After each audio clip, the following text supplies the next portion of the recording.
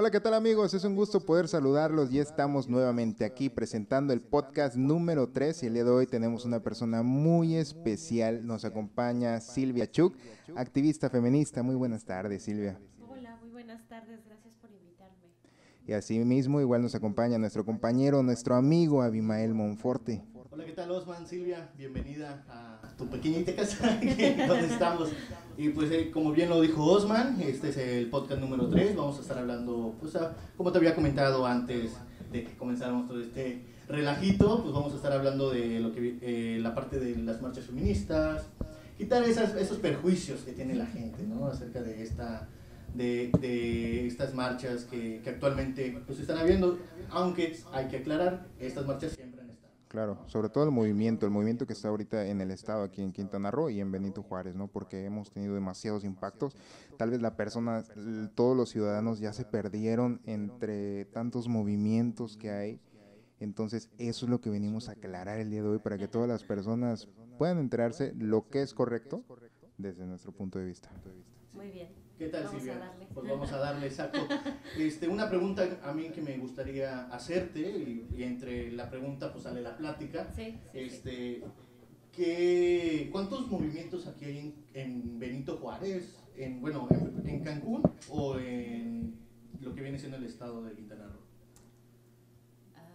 Ok, a ver, me regreso un poquito. Ok, sí, vientos. Sí, cuando hablamos de movimiento, hablamos de corrientes de pensamiento, pero también de praxis, ¿no? Es decir, de cómo llevamos a la práctica estas ideas de hacia dónde queremos que cambien, ¿no? Entonces, el movimiento feminista tiene muchas corrientes, ¿no? Ajá. Muchas convergen en puntos en específico. Yo creo que el piso mínimo es el aborto. El movimiento feminista, desde que comienza como a organizarse, por ahí de la ilustración, desde entonces senta como bases el acceso, más bien el derecho a decidir sobre nuestro propio cuerpo. Por eso es como un piso mínimo, ¿no? Ok. Toda persona, toda mujer feminista que sea realmente feminista, que esté enterada de feminismo, está a favor del acceso al aborto legal, seguro y gratuito, ¿no? Ok. Ese es el piso mínimo. De ahí han habido y siguen habiendo como muchas corrientes, porque las mujeres experimentamos la violencia patriarcal de formas distintas y también desarrollamos formas distintas de luchar contra ella. ¿Y cuáles son esas? ¿Cuáles son esas? Bueno, por ejemplo, digamos que si hiciéramos como un árbol, por ejemplo, Ajá. ideológico del movimiento feminista, o de las corrientes de pensamiento más bien, dentro del movimiento, podríamos hablar de un ala liberal, de un ala radical, que es como los dos más grandes. Sin embargo, al interior y además fuera de eso, hay también otras corrientes como el ecofeminismo, el lesbofeminismo. Esas ya serían como que sus raíces. Pues son ramificaciones, pero también son corrientes así. Por ejemplo, si tú le preguntas a las mujeres que se identifican como feministas, probablemente te dirán: me gusta una parte de lo que dice esta corriente, más lo que dice esta, más lo que dice esta, o quizá habrá alguien que te diga: me identifico más claramente con un tipo de feminismo, ¿no? Por ejemplo, particularmente a mí me gusta más el feminismo comunitario, porque vincula la lucha no solo por los derechos de las mujeres, sino también Claro. el derecho, a la igualdad, en el tema de clase, en el tema de raza. O sea, imbrica una mirada interseccional, pero también una mirada desde los pueblos originarios, ¿no? Entonces, cuando tú me preguntas cuántos movimientos hay aquí en Cancún, es en realidad una pregunta compleja, porque en realidad el movimiento no es un bloque monolítico. Ok. O sea, no, y de hecho ningún movimiento social lo es, ¿no? No es como una parvada, ¿no? Claro. Entonces, incluso todos los días surgen como nuevas formas de reflexionar no solo la violencia, sino lo que nos atraviesa al ser mujeres en un espacio, en un sistema patriarcal. Entonces, lo que sí te podría decir es que en Quintana Roo las colectivas feministas han ido en aumento. Lo que ha pasado es simplemente que las mujeres nos hemos encontrado en espacios y nos hemos empezado a organizar. Eso es lo que está pasando, ¿no? Y está pasando no de manera fortuita. Yo creo que los últimos 5 años han sido fundamentales en el crecimiento del movimiento en México y especialmente aquí en Quintana Roo. La primera marcha feminista a la que yo fui fue en el 2016. Aquí en Cancún. Okay. Pero ya había habido Sí, anteriores. por supuesto, ya habían habido anteriores, pero digamos que fue una marcha muy grande, fue una de las marchas más grandes en las que yo había estado. Okay. No porque no hubiera mujeres que no estuvieran interesadas del tema, sino porque nos convocaba y asistimos, ¿no? Sí. También hay que identificar que los niveles de violencia feminicida en el Estado han ido aumentando exorbitantemente. Sí.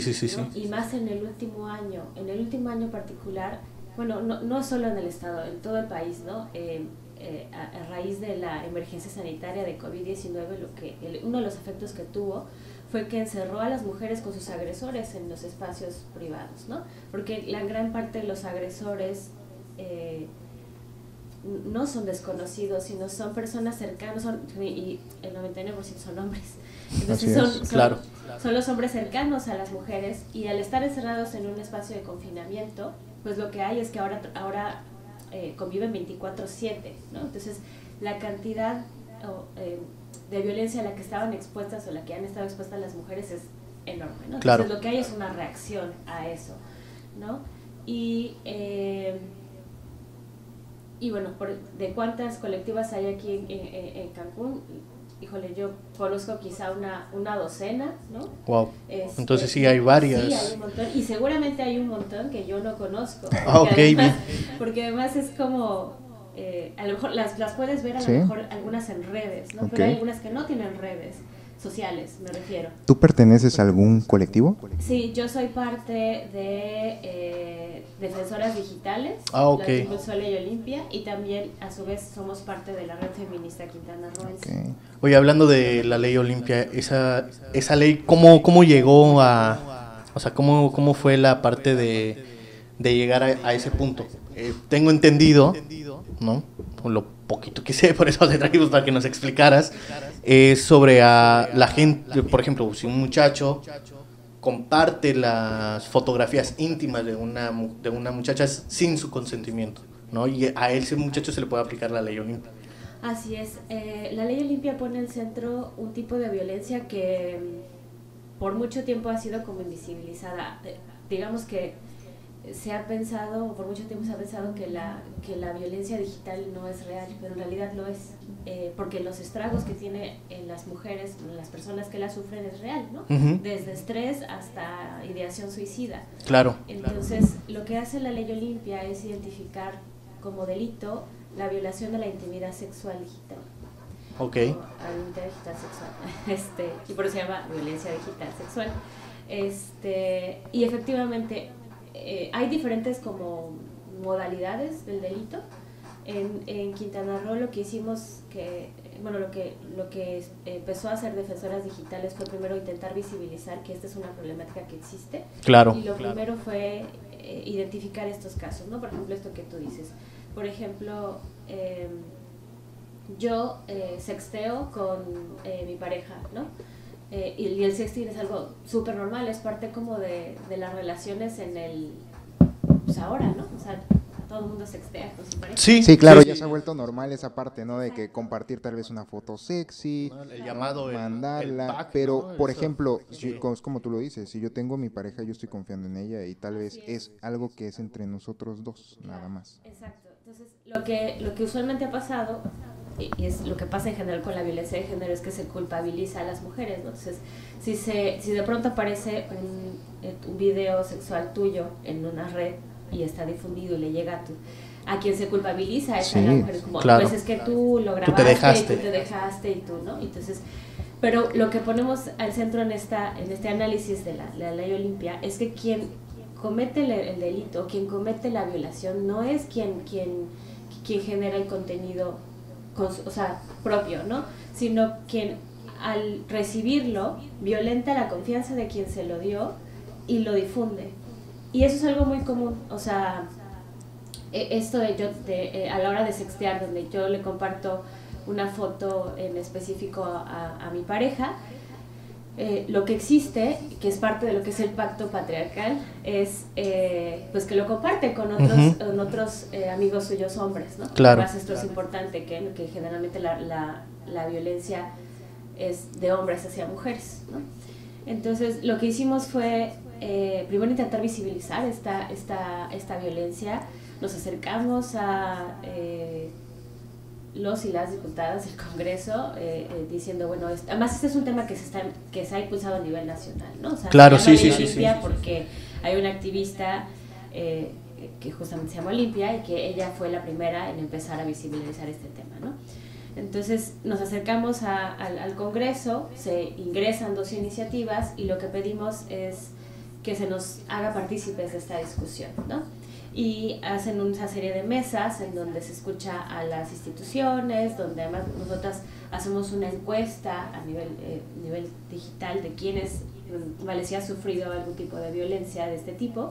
La analizamos y nos dimos cuenta que el 85% ha tenido este tipo de problemáticas y que además cuando narran las historias hay un espectro muy grande de modus operandi, por así decirlo. Okay. Y va desde que el típico de que mi novio mi novio compartió una imagen a su grupo de amigos hasta que esa pareja al terminar o porque se enoja conmigo me amenaza.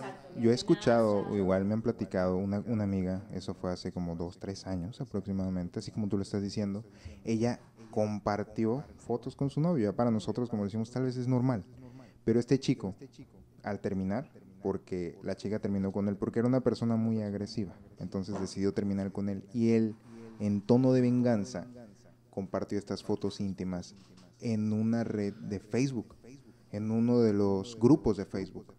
Entonces la chica estaba fatal, porque como además de que era una persona que tiene 17 años, ¿no? ¿Qué es lo que pasa cuando llega a tus padres esto, ¿no? Cuando llega a tus padres, cuando esta persona está violentando todo lo que la confianza que le diste. Y además, ¿cómo quedas? ¿No? Las compartió en una red pública. Y yo creo que en verdad esta ley viene a una muy buena hora y que se tardó, porque esto ya tiene muchísimo tiempo. Claro, fíjate, también hemos documentado otros tipos en los que pasa este tipo de violencia digital, que es que, por ejemplo, estamos en una fiesta. Ajá. Y entonces yo estoy poniendo la música, ¿no? De mi Spotify. Okay. Y pues estoy aquí hablando con alguien, entonces alguien me dice, préstame tu celular para que yo cambie la música. Y, ¿no? Y en lo que hace es que se manda, ve tu galería y te manda las fotos. Se manda las fotos, ¿no? Híjole. Y después borra la conversación.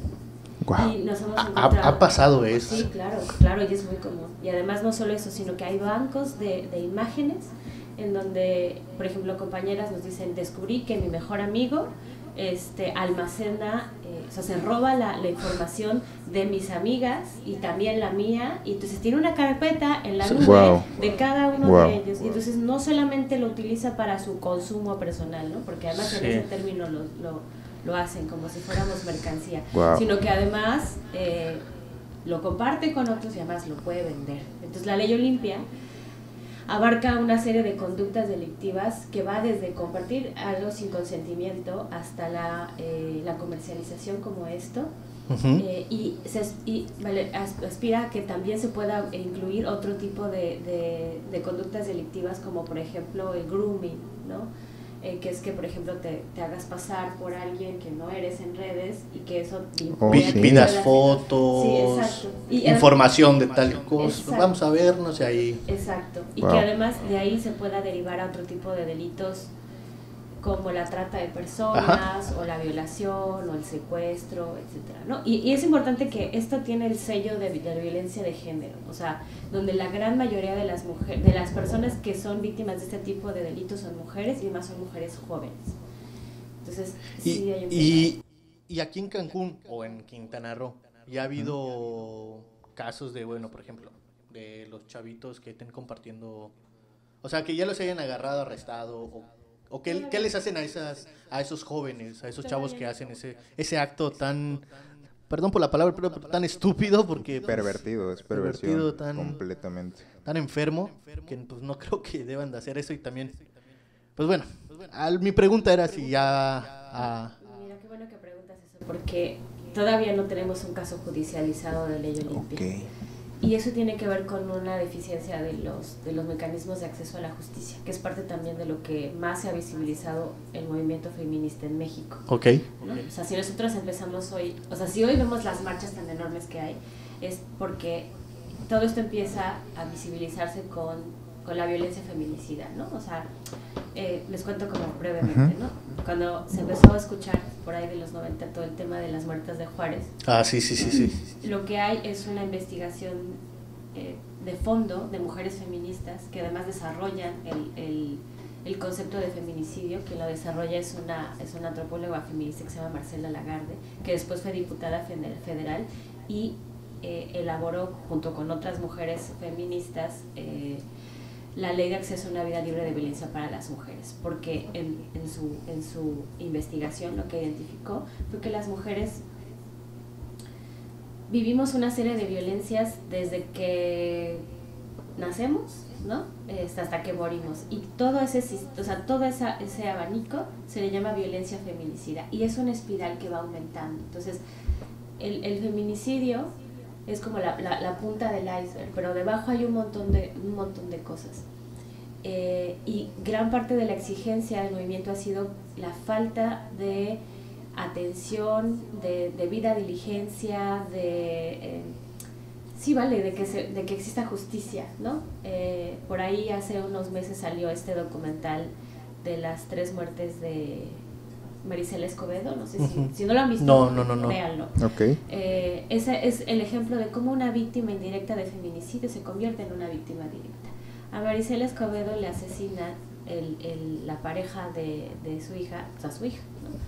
Que además, cuando tú analizas el caso, en el documental lo explica muy interesante, pero, sí. Pero cuando tú analizas el caso, la hija Marisela sufre una serie de violencias en su relación, ¿no? que termina con su feminicidio, ¿no? Uh-huh. Y entonces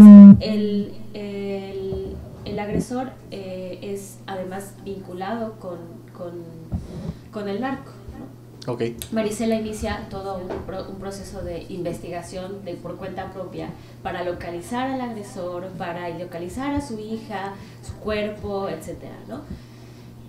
Finalmente hace un gran camino. Y cuando logran atrapar al tipo, el juez lo deja libre y dice no hay suficientes elementos para suficientes pruebas, sí. etcétera, ¿no? Cuando ella hace toda la chamba, ¿no? Su trabajo, lo que debería ser su trabajo. Exacto, de investigación, ¿no? Entonces dice ella que esa fue como la segunda muerte, ¿no? Okay. O sea, mi primera muerte fue cuando asesinaron a mi hija, la segunda muerte fue cuando liberaron al agresor, y después de eso ella continúa en la búsqueda de justicia, intenta como revocar esta decisión del juez. Obviamente el tipo se pela, ¿no? Uh-huh. Y además agarra fuerza dentro del narco, el narco lo protege, y entonces empieza Marisela a ser agredida. No solo ella, sino toda su familia que está ayudando en el caso. Asesinan a su hermano, le queman la casa, los demás hijos de Marisela tienen que huir de México hasta que finalmente la asesinan enfrente del palacio en su ciudad. Y es la tercera muerte, ¿no? Wow. Entonces, a eso me refiero, ¿no? Cuando hablamos de que existe realmente una crisis en los derechos humanos de las mujeres, bueno, en general de los derechos humanos, ¿no? De las mujeres, y cuando señalamos específicamente el acceso a la justicia, es porque nos damos cuenta que nuestro sistema no está funcionando, ¿no? No logra hacer toda esta cadena para que exista la investigación, el debido proceso, la debida diligencia, o sea, todos estos elementos que son necesarios para garantizar el acceso a la justicia. Y que además, si bien eso es algo que sucede en muchos de los delitos, los delitos hacia las mujeres son especialmente Vale, cuentan con este componente de misoginia, o sea, no solo en el delito, o sea, cuando tú analizas como de manera victimológica, sino también en las trabas que existen para el acceso, ¿no? O sea, se le niega el siguiente paso o la investigación exhaustiva porque detrás hay un prejuicio en los servidores públicos, porque además no hay presupuesto con perspectiva de género, porque a la hora de que se ejecuta no se ejecuta bien, entonces, y al final lo que termina pasando es que cuando vamos y exigimos justicia de mil formas, no hacen caso. No solo no hacen caso, sino que además terminamos siendo nosotros agredidas y criminalizadas. Más exactamente. Hablando de esta parte de, bueno, pues ahora sí que la policía, vamos a llamarlo así, agrede a las feministas. Lo que pasó aquí en Cancún, ¿no? Del 9N, ¿no? Que sí. así lamentablemente así se le puso, ahora se le conoce así, 9N, ¿no? Sobre la balacera que cómo hicieron que terminara la marcha con puros balazos, ¿no? Pero muchos dicen que en esa marcha había hombres, ¿sí? Y también muchos dicen que, o sea, todo eso son especulaciones, quién sabe, ¿no? Pero muchos dicen de que eran hombres más que mujeres. Y de hecho salió como un mensaje en Facebook donde la marcha feminista se deslindaba de todos los hechos porque supuestamente nunca habían convocado ni a hombres, que pues prácticamente no tenían que haber estado allá, porque no era una marcha de hombres, era una marcha de feministas. Y segunda, pues, como vuelvo a repetir, muchos dijeron que eran como que gente pagada las que se quedaron, las personas que empezaron a destrozar la fiscalía y el palacio. Y quiero saber tu punto de vista acerca de si es cierto. Sí, porque la sociedad ahorita ve a veces estos movimientos como si fueran un bloque opositor contra el gobierno o si estuvieran pagados por otras personas, cuando no debería ser así. Y el más obvio es el que dice Monforte en la fiscalía. Cuando al final de todo el movimiento, cuando llegaron, ya se habían manifestado, empezaron a quemar todo en la fiscalía. Estábamos transmitiendo completamente en vivo y recuerdo que muchas de las feministas se retiraron. Quedaban muchos chicos, eran muchos chicos, que yo escuché de algunas personas que decían, es que yo nunca lo había visto. No conocían a los, vamos a decir, ahora sí que ellos sí eran vándalos, porque pues prácticamente estaban vandalizando un espacio pues público, pero realmente no estaban con las feministas, a eso voy, ¿no? ¿O tú qué opinas acerca de eso? O sea, ¿sí estaban o realmente estoy equivocado? Okay, a ver, hay varias cosas que quisiera. Sí, claro, adelante. Hay que diferenciar entre lo que es la iconoclasia y el vandalismo. Okay. La iconoclasia es cuando se interviene un espacio público, un monumento, con una exigencia clara de derechos humanos, ¿no? Entonces, la iconoclasia tiene obviamente el objetivo de incomodar, porque, como cualquier protesta, ¿no? O sea, la protesta sirve porque incomoda, porque irrumpe, porque llama la atención.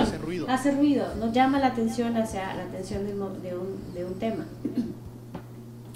El vandalismo no tiene, o sea, detrás puede tener la intención simplemente de dañar, pero no lleva ningún mensaje, ni un símbolo, ninguna exigencia. Entonces no es lo mismo que yo ponga el nombre de Marisela Escobedo, esta es tu manada, ¿no? A que yo ponga Vatos Locos Ley.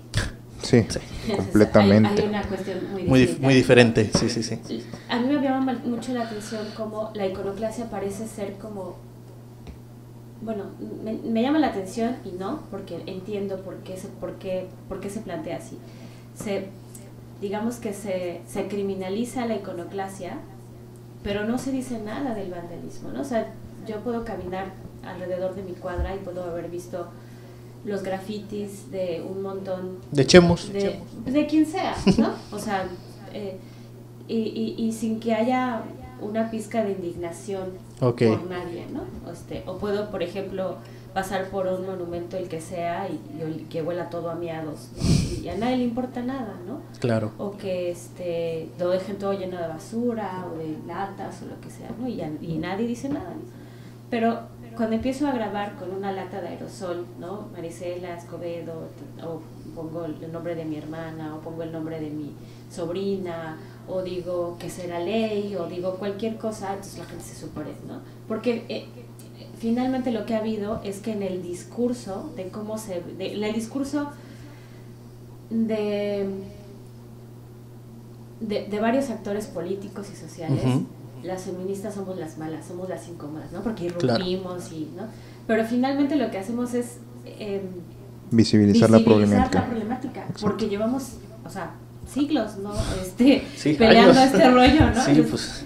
Por ahí decía mi mamá, dice, no puede ser que sigamos peleando por la misma chingadera desde hace tanto tiempo, ¿no? Hacíamos las cuentas mi hermana y yo, y a nuestra abuela no le tocó votar, ¿no? O sea, el voto en México no tiene más de no tiene ni 100 años, tiene en el 53. O sea, no tenemos, ¿no? O sea, en realidad es muy nuevo. Lo que pasa es que el movimiento feminista ha ido avanzando como progresivamente, muy rápidamente, y por supuesto aquí hay una resistencia tremenda. Okay, ahora el tema de la represión del 9N. Yo estuve en la represión del 9N y me tocaron los balazos a 10 metros. Wow. Fíjate que justo acaba de salir un informe que redacta Amnistía Internacional sobre la forma en la que el gobierno actual está tratando a las protestas feministas particularmente. El discurso de este gobierno ha sido: no va a haber represión, aquí todo el mundo se puede hablar, la pluralidad, el muro de paz, el diálogo, a nadie se le va a censurar.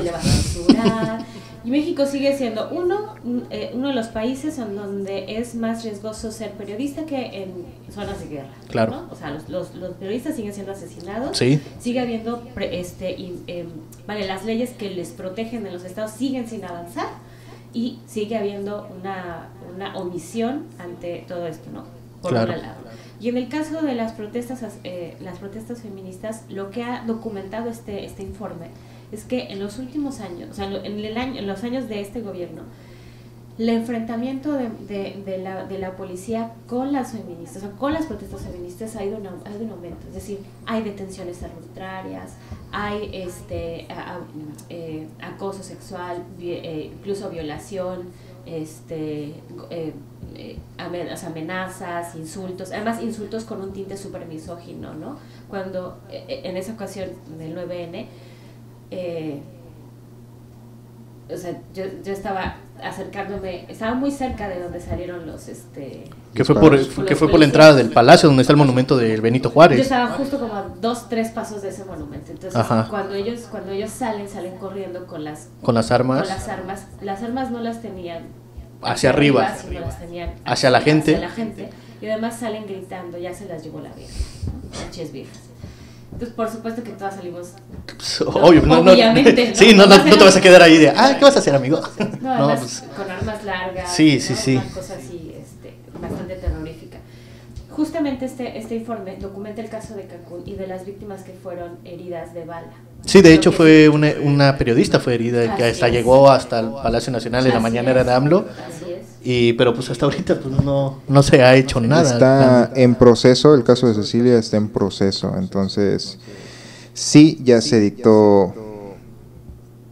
Ya se judicializó. Exactamente. A 11 de los pero yo en realidad no he visto si están detrás de las rejas, porque se supone que deberían de estar 9 de ellos. No solo eso, deberían estar cesados de sus funciones. Claro, y supuestamente siguen cobrando sus quincenas. Es entonces ahí ¿qué es lo que está pasando? Yo lo leí supuestamente en un artículo que compartieron en Facebook, de que supuestamente de estos 11 policías o 9 policías siguen cobrando su quincena normal.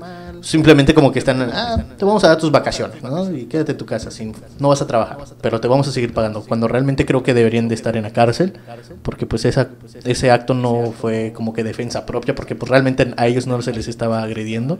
Claro, aquí también es importante me parece que poner al centro que un elemento que el discurso ha sido como, el problema fueron estos 11 elementos mala onda que no les caían bien las feministas, que de la nada se pusieron agresivos y locos, ¿no? Ajá. ¿Qué hace un grupo de policías, quienes sean armados, cerca de una manifestación? Claro. ¿No? O sea, que es parte de lo que se ha argumentado. Los protocolos de actuación en torno a las manifestaciones, vale, también están regidos por derechos humanos, ¿no? Y en ninguno dice que una de las opciones es dispararle a los demás manifestantes. Ninguno. Entonces es como, ok, ni siquiera tenían que haber estado ahí. Exacto. Y armados, ¿no? O sea, tuvieron que haber estado las mujeres policías. Sí, tenía que haber habido otro tratamiento, claro, ¿no? claro. De la manifestación, totalmente.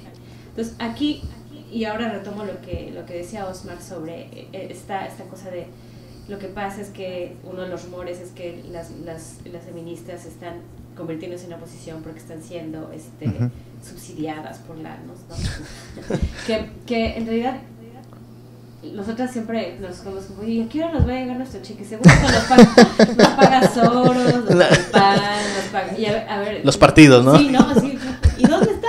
O sea, nada más no veo claro. Nada más no veo claro, ¿no? O sea, una amiga decía, yo llevo 6 meses en movimiento y nomás no he firmado contrato, ¿no? Sí, ¿no? Es muy a veces, y además lo que sí es como indignante es que nos vinculen con el PAN, o sea, sí es muy indignante, porque es la ultraderecha, y si algo queda claro de la ultraderecha es que están en contra de todos los derechos sexuales y reproductivos, que como yo decía hace un rato, es el primer bastión del feminismo, ¿no? O sea, estamos a favor del acceso al aborto, de los anticonceptivos, de la educación sexual y obviamente todo el tema de la diversidad. Y eso es lo que no trabaja la ultraderecha, es lo que están en contra. Entonces claro, me parece un poco absurdo ahí. Como que sigan diciendo, ¿no? Que están con el PAN. Exacto, ¿no? Ahora, si hubo o no personas infiltradas en las marchas, en realidad creo que muchas veces las hay. Y las hay porque es una forma de monitorar que tiene el Estado, ¿no? Okay. El día de la agresión del 9N, sí, efectivamente había muchos hombres, sobre todo en esta última parte del palacio, porque es bien interesante. Igual estaría muy chido que hicieran uno de, o sea, ya no conmigo, sino con el comité de víctimas. Okay. Estaría muy chido.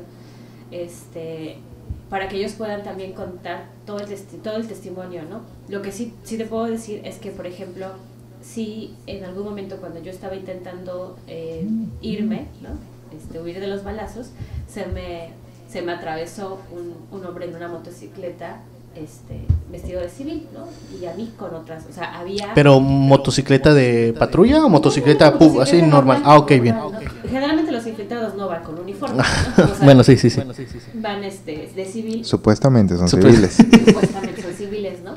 Pero te das cuenta de que no son civiles, ¿no? O sea, de la forma en la que están viendo, la forma en la que están parados. O sea, si sabes observar bien, te das cuenta que ahí están infiltrados. Ahora, a mí me parece que o sea, como todo lo que pasó en el 9N merece como un análisis así de desmenuzarlo todo. Digo, quizá no nos da tiempo ahorita, pero sí es importante cuando nosotras nos pusimos como a analizar, nos dimos cuenta que había cosas muy raras ese día. ¿Por qué? Pues porque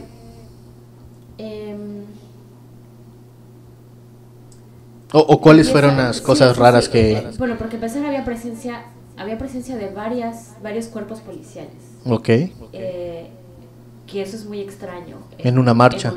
¿no? O sea, no porque... O sea, usualmente sí hay presencia. Y más si estaba siendo cerca de Fiscalía, era entendible que hubiera, ¿no? Claro. Pero había tránsito, estaba la Guardia Nacional, estaba la Policía Federal y estaba... ¿La estatal? ¿no? Y la municipal. Perdón, la estatal, la municipal, la Guardia Nacional y tránsito. Entonces nos parecía como muy extraño, o sea, vimos gente uniformada de todos estos, ¿no? De estos todos colores de los uniformes. De los uniformes y vehículos, ¿no? Ok. Entonces, es imposible creerles que no había coordinación entre ellos, ¿no? Cuando eso no pasa en otro, ¿no? O sea, es... Nada más como con simple sentido común te das cuenta que no cuadra la explicación, ¿no? Y que detrás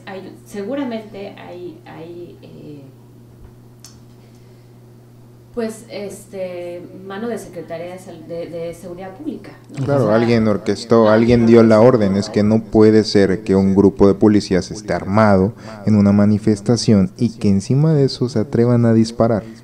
Y no solamente fue uno. Claro, claro. O sea, ahí les digo, habría que analizar Bien la situación, porque... Pero lo que sí ha pasado es que a raíz de todo esto, lo que ha crecido es un discurso de criminalización, no solo a la protesta, o sea, el derecho a la protesta, porque la protesta es un derecho, Uh-huh. sino también a las feministas, o sea, al movimiento feminista como tal. Y la forma en la que se ha manejado, no solo, le digo, no solo el discurso del propio presidente, de algunos diputados, de algunos políticos y también de algunos medios de comunicación, lo que hacen es como decir, miren este grupo de viejas locas que quieren, que además son pagadas por los opositores y que quieren desestabilizar la paz armoniosa que quiere implementar nuestro hermoso gobierno.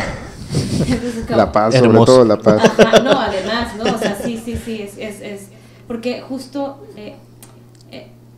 es muy habilidoso, o sea, es un tema político, pero además muy desde la comunicación política, Uh-huh. ¿no?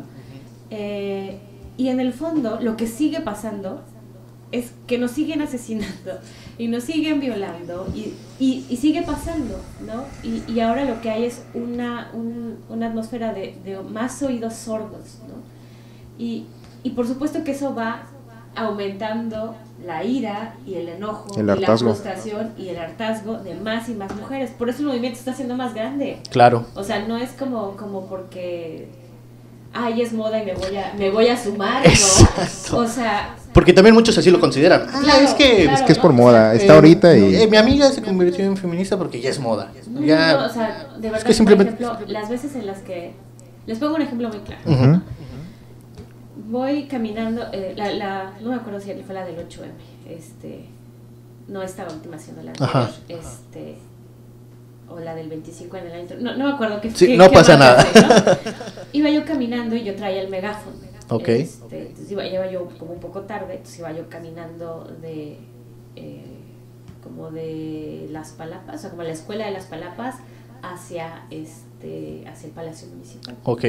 Pues me bajé en mi coche, iba yo corriendo, ¿no? Y entonces cuando me doy cuenta, había un montón de mujeres muy jóvenes y también más mayores que yo, caminando hacia el mismo lugar. Ok. O sea, entonces yo me di cuenta que habíamos varias mujeres ahí. Y entonces cuando me ven con el megáfono, tú vas para la marcha, ¿verdad? Yo decía, sí, voy para la marcha. Ah, sí, mi mamá. Entonces se van juntando, ¿no? Y entonces entré yo no estaba haciendo mucha gracia porque yo estaba como muy estresada de que yo iba a llegar tarde porque tenía que llevar el megáfono, ¿no? Y entonces ellas empiezan a hablar, ¿no? En esas 3 cuadras que hay, ¿no? Claro. Empiezan, ¿y tú por qué vienes? No, pues es que mi primo,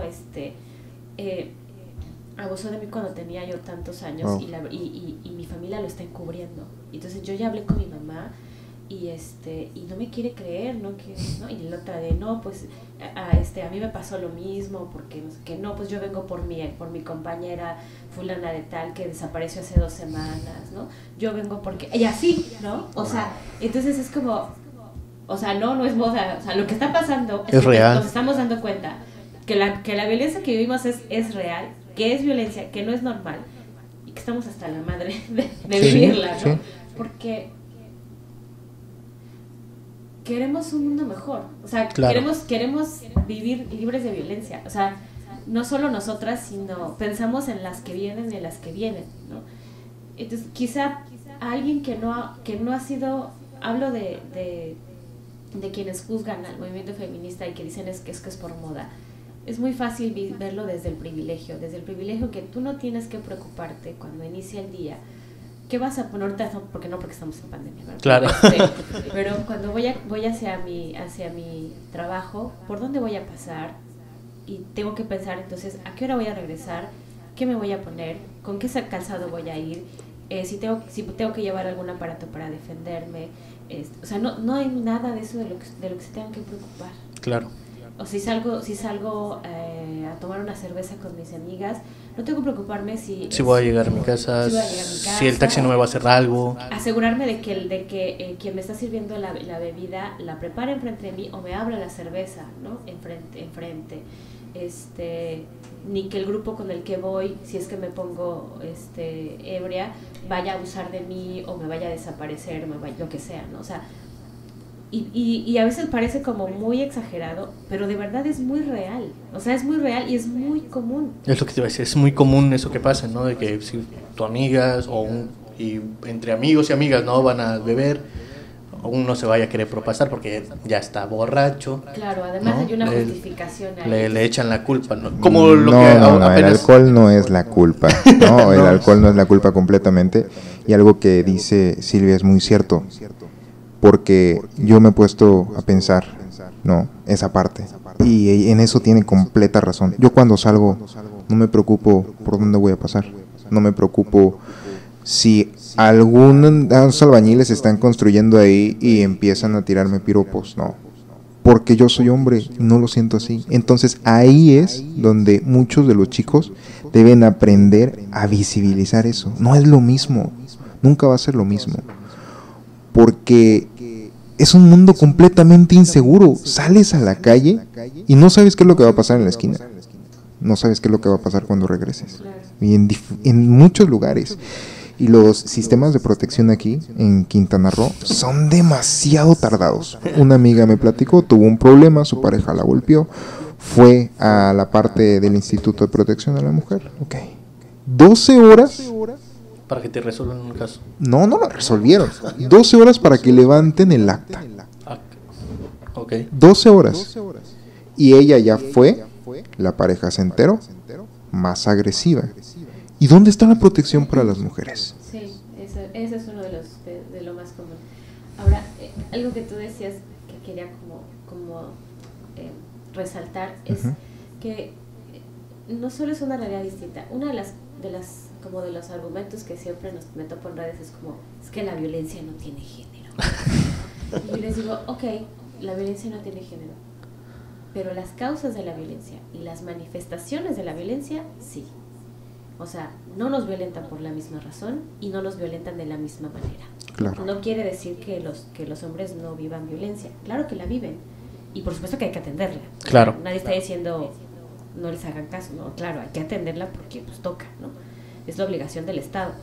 El asunto es que cuando lo ponemos todo como en esta tabla de seamos todos iguales, no vemos que la causa de esa violencia es distinta. Y entonces no podemos accionar adecuadamente. Y cuando decías, bueno, es que no es lo mismo, incluso desde que naces. Por ejemplo, hace unos años, cuando empezó el movimiento feminista, les digo, ha ido como aumentando, pero hace varios años surgió una iniciativa muy buena de comunicación. Eso es un canal de YouTube que se llama, todavía existe por ahí, es Las Estereotipas. Entonces son dos feministas, que es Estefanía Vela, una abogada aquí en México, profesora del CIDE, y Catalina Luis Navarro, que es activista colombiana. Entonces ellas hacen una acción en redes en donde dicen, nárranos aquí cómo fue tu primer acoso. Wow. Y lo hacen en Twitter, lo hacen un hashtag. Y entonces ellas, la respuesta es enorme, ¿no? Así, y lo que hacen es que después sistematizan toda la información y descubren que la edad promedio a la que se empieza a acosar a las mujeres es a los 9 años. 9 años en América promedio. Latina. Significa que, o sea, si ese es el promedio, significa que hay un rango hacia abajo y hay un rango hacia arriba. Sí, claro. ¿No? Entonces, quizá empiezan a ser acosadas, o sea, empezamos a ser acosadas desde muy, muy temprana edad, ¿no? Cuando en ese momento ni siquiera hay caracteres sexuales externos visibilizados, ¿no? O sea, en ese momento no hay caderas, muchas de las mujeres, o sea, no es como un tema de que, lo que pasa es que, no, son niñas. Sí, completamente, y en esa parte es muy triste. Y vemos a la sociedad igual actuar. En estos últimos años me ha tocado ver como en algunas colonias de las más difíciles de Cancún, la verdad el otro Cancún, donde todo es muy complejo, donde todo es muy difícil, descubren a pequeños violadores y la gente ya no llama a la policía, intentan lincharlos y han pasado. Entonces ahí nos estamos dando cuenta ya de un hartazgo colectivo, porque yo no podría permitir que a mi hermana o a mi sobrina le pudiera pasar algo, ¿no?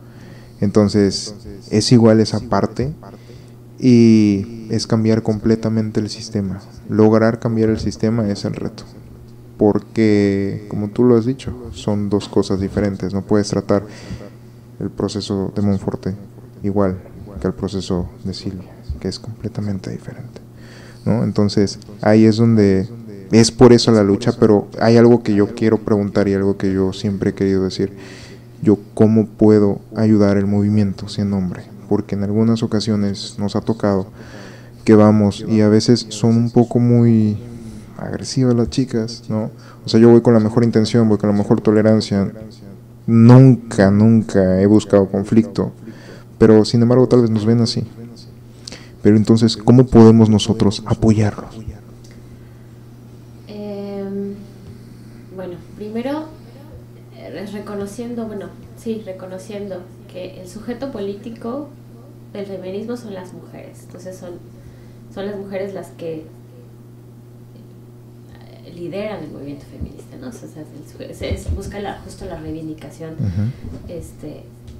de todo el papel histórico, social, económico, cultural que tenemos las mujeres. Entonces es el centro. Entonces no se ofendan si no se les incluye, ¿no? La segunda es que dentro de este camino de los derechos humanos también han habido propuestas desde la visión masculinista. Yo les invito a trabajar desde las masculinidades positivas, ¿no? Okay. Es una corriente que es bien interesante porque si no hay un movimiento masculinista fuerte en América Latina, tiene que ver justo porque el sujeto de poder no quiere perder privilegios, ¿no? O sea, es como se entiende, ¿no? Es decir, no es como tan fácil. Entonces parte de lo que a los hombres les toca hacer, si es que quieren que el mundo cambie hacia esa dirección, obviamente que deberían, porque también se puede. Yo quisiera también, si quieren trabajar estos temas, que invitaran a hombres que están en esta línea, ¿no? Okay. de masculinismo o de masculinidades positivas, y sobre todo tiene que ver con cuestionarse sus privilegios, ¿no? O sea, es un privilegio que tú no tengas que preocuparte por qué te vas a poner, ni qué te vas a llegar, ¿no? ¿Cómo vas a regresar? ¿no? O sea, reconocer que eso es un privilegio, porque hay muchas, o sea, las mujeres no tenemos ese privilegio, ¿no? Claro. Y cuando hablamos, y yo pondría al centro como esto de romper el pacto patriarcal, que es romper el silencio que encubre a los acosadores, ¿no? Si tú le preguntas a las mujeres en tu vida quiénes las han acosado, quiénes las han agredido, te vas a dar cuenta que en esa lista están tus amigos, tus profesores, tus amigos. La gente cercana. La gente cercana, ¿no? Y cuando tú te das cuenta, lo que toca es no encubrirlos, o sea, no hacer como que no pasó nada, ¿no? Si tú descubres que tu mejor amigo está compartiendo los packs de su pareja, es decirle, oye, no hagas esas pendejadas. Claro. O sea, y poner decir, yo no me sumo a eso, ¿no? Claro. O sea, yo no reproduzco esa violencia, ¿no? Y también yo haría como sobre todo un llamado a replantearse las relaciones sexoafectivas con mujeres desde otra forma, o sea, a cuestionar el amor romántico y plantearse formas distintas de relacionarse, porque lo que hace justo el amor romántico es que plantea esta relación jerárquica sexoafectiva entre hombres y mujeres. Entonces a los hombres vale, avala que una de las formas de relacionarse sea la violencia. Entonces, cuestionarse las violencias en todos los espacios es algo que sería lo más deseable que hicieran, ¿no? O sea, eso es lo que les tocaría. Les aviso que es bastante complicado y les aviso que es difícil, claro, y que se van a llevar varios madrazos porque implica confrontarse con una parte, sí, que creías además que es inamovible, o sea, que dices, así ha sido siempre, y yo pensé que esa era la naturaleza y que porque más hay discursos que lo naturalizan, claro, ¿no? Pero es por ahí, ¿no? O sea, es por ahí. Y en el caso de los medios de comunicación particularmente, porque en este caso la mayoría de los medios son hombres, sí, ¿no? Una de ellas es que en los espacios donde sí hay mujeres, envíen a las mujeres a cubrirlo, ¿no? Y la segunda, que si no hay mujeres y les toca ir a cubrir una marcha, una actividad, lo que sea, sean sumamente respetuosos de los lineamientos de quienes de las reglas, ¿no? De las reglas que ponen ajá, sí, atrás de claro, los limitantes, ser respetuosos. Exacto, ¿no? De esa manera también es una manera de sensibilizar, ¿no? Y de hacer conciencia en torno, ¿no?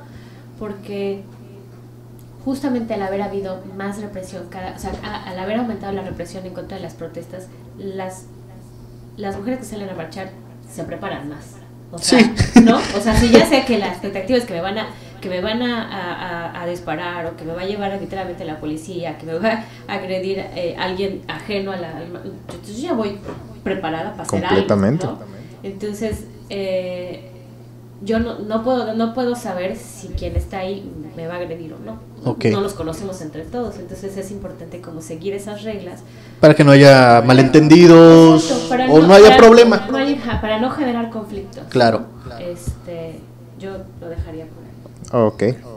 Excelente, entonces ya escucharon a todas las personas que estamos aquí en este podcast, sobre todo a Silvia Chuk, quien nos comparte su experiencia en diferentes puntos de vista sobre esta parte feminista, y todos los hombres que están escuchando eso, si quieren apoyar el movimiento, ya escucharon cómo. Hay que ser muy respetuosos, y también invito a todos los periodistas que nos están escuchando, compañeros, que en verdad sean tolerantes. No busquen la nota. Exactamente. Estamos ahí para darle voz a las mujeres.